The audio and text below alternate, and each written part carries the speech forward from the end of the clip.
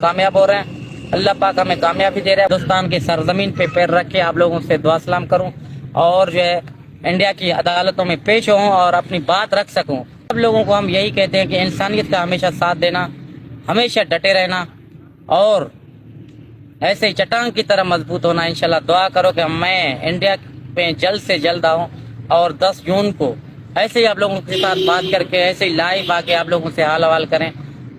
ایسے ہی مضبوط عمران خان ہو, فروا بطول ہو, فرا بطول کو کہنا چاہتا ہوں کہ آپ بالکل بھی پریشان نہ ہونا. آپ کا باپ آپ کے ساتھ چٹان کی طرح کھڑا ہوا ہے اور بالکل بھی پریشان ہونے والی بات آپ ضرور آئے گا آپ کو لینے کے لیے.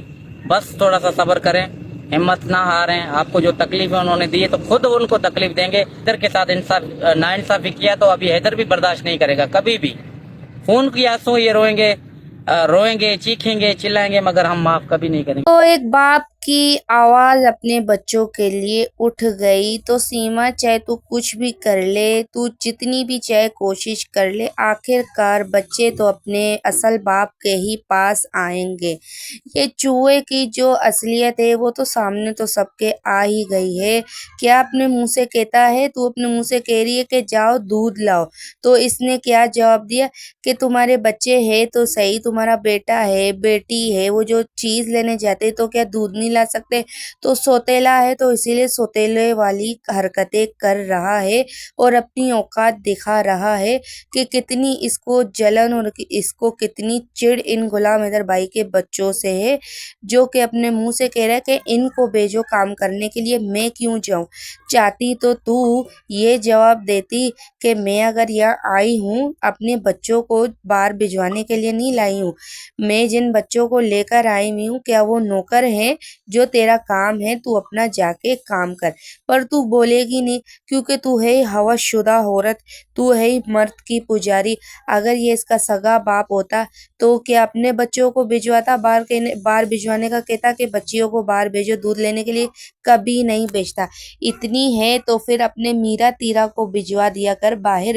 میرا کو کیوں کلیجے سے لگا کر بیٹھے ہوئے ہو. آخر کار خود تو ہے ہی برباد عورت, ساتھ میں بچوں کو بھی بربادی کے نقشے قدم میں بٹھا کر بیٹھی ہوئی ہے.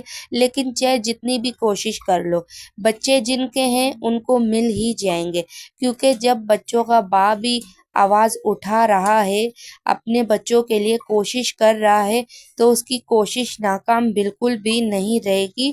کیونکہ جو باپ اپنے بچوں کے لیے تڑپ رہا ہے, بلبلا رہا ہے, تو اس کی پکار تو اللہ بھی سن لے گا. تو سیما چاہے جتنی بھی کوشش کر لے ان بچوں کو اپنی طرف قید کرنے کی, بچے تیرے پاس تو بالکل بھی نہیں ہوں گے.